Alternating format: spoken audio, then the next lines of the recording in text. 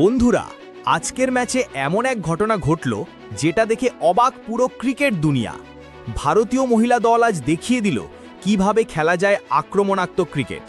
আর সেই অবিশ্বাস্য মুহূর্তগুলোই আমরা দেখাবো আজকের এই হাইলাইটস ভিডিওতে। তাই ভিডিওটা শেষ পর্যন্ত দেখতেই হবে। বন্ধুরা, আজ ভারত এবং নিউজিল্যান্ড মহিলা দল 24তম ওডিআই ম্যাচে মুখোমুখি হয়েছিল। এই ম্যাচে ইতিহাস তৈরি হয়েছে রানের পাহাড়। টসে জিতে নিউজিল্যান্ডের ক্যাপ্টেন সোফি ডিভাইন প্রথমে ভারতকে ব্যাটিংয়ের আমন্ত্রণ জানান।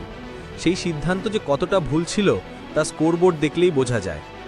শুরুতেই ভারত হারালো জেমাইমা রড্রিগেজকে, কিন্তু তারপরেই নামলো দুই ব্যাটার যারা পুরো ম্যাচের মোড় ঘুরিয়ে দিলেন।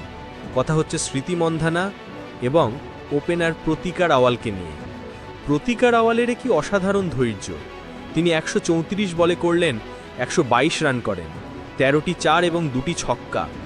এক প্রান্তে উইকেট আঁকড়ে ধরে রেখে দলকে শক্ত ভিতের ওপর দাঁড় করালেন তিনি। তার ইনিংসে ছিল এক পরিণত ব্যাটারের ছাপ। আর অন্য প্রান্তে সেখানে চলল স্মৃতিঝড়। স্মৃতি মন্ধানা নামটাই যথেষ্ট। মাত্র 95 বলে 109 রানের চোখ ধাঁধানো ইনিংস, 10টি চার এবং 4টি বিশাল ছক্কা। তার স্ট্রাইক রেট ছিল 114-র বেশি। প্রতিকা যখন সেট হওয়ার কাজ করছিলেন তখন স্মৃতি রানের গতি বাড়ালেন। একের পর এক কভার ড্রাইভ, পুল শট নিউজিল্যান্ডের বোলারদের যেন অসহায় করে তুললেন তিনি।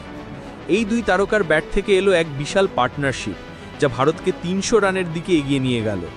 এই জুটি শুধু রানই করেনি, নিউজিল্যান্ডের ফিল্ডিং ও বোলিংয়ের আত্মবিশ্বাস সম্পূর্ণ গুড়িয়ে দিল।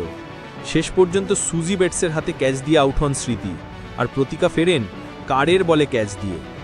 দুই সেঞ্চুরিয়ানের বিদায়ের পর দরকার ছিল ফিনিশিং টাচটা, আর সেই কাজটি করলেন আরেক তারকা জেমাইমা রড্রিগেজ। 5 নম্বরে নেমে যেন টর্নেডো নিয়ে এলেন তিনি।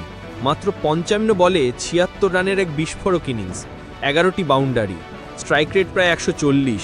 ক্যাপ্টেন হরমনপ্রীত কর 10 রান করে দ্রুত আউট হলেও শেষ ওভারে রিচা ঘোষের একটা চার নিশ্চিত করল ভারতের বিশাল স্কোর।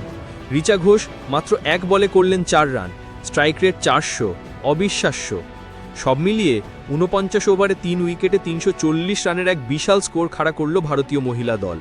19টি অতিরিক্ত রানও ভারতকে সাহায্য করল। নিউজিল্যান্ডের বোলারদের জন্য দিনটা ছিল এক দুঃস্বপ্ন। 341 রানের টার্গেট। শুরু থেকেই নিউজিল্যান্ডের উপর ছিল রানের পাহাড়ের চাপ। ভারতের বোলাররা শুরুতেই সেই চাপকে আরও বাড়িয়ে দিলেন। পূজা বস্ত্রকারের বলে প্রথমেই আউট হন ওপেনার সুজি বেটস। মাত্র 1 রান করে তিনি প্যাভিলিয়নে ফেরেন। এটা নিউজিল্যান্ডের জন্য এক বড় ধাক্কা। তারপর এলেন ভারতীয় বোলার যিনি যেন আগুনের গোলা ছুড়ছিলেন, ঠাকুর। তার পেসের সামনে দাঁড়াতেই পারছিলেন না নিউজিল্যান্ডের ব্যাটাররা। তিনি ক্লিন বোল্ড করলেন সোফি ডিভাইনকে 6 রানে। ঠাকুর তখন ফর্মের তুঙ্গে। নিউজিল্যান্ডের মিডল অর্ডারেও ধস নামল। জর্জিয়া প্রিমার 30 রান করে এবং ম্যাডি গ্রিন 18 রান করে চেষ্টা করলেও প্রতিকা রাওয়াল এবং স্নেহা রানার বুদ্ধিপ্রিপ্ত বোলিংয়ের সামনে টিকতে পারলেন না। প্রতিকা শুধু ব্যাটে নয়, বল হাতেও নিলেন গুরুত্বপূর্ণ উইকেট। স্নেহা রানা নিলেন অ্যামেলিয়া কেরের উইকেট। শেষে এক প্রান্তে লগাই চালিয়ে যাচ্ছিলেন একজনই, ব্রুক হ্যালিডে। একাই তিনি ভারতীয় বোলারদের চোখে চোখ রেখে লড়াই করলেন।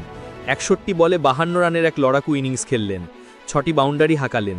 কিন্তু তার এই একক প্রচেষ্টা দলকে জয়ের কাছে নিয়ে যাওয়ার জন্য যথেষ্ট ছিল না। মাত্র 30.3 ওভারে নিউজিল্যান্ডের স্কোর দাঁড়ালো 159/5। জয়ের জন্য প্রয়োজনীয় রান রেট প্রতি ওভারেই বাড়তে থাকল। ভারতের বোলিংয়ের ধারাবাহিকতা এবং রানের পাহাড়ের চাপ, এই দুয়ের সামনে নিউজিল্যান্ডের ব্যাটাররা আত্মসমর্পণ করতে বাধ্য হলেন। শেষ পর্যন্ত তারা অল আউট হয়ে পরাজিত হয়।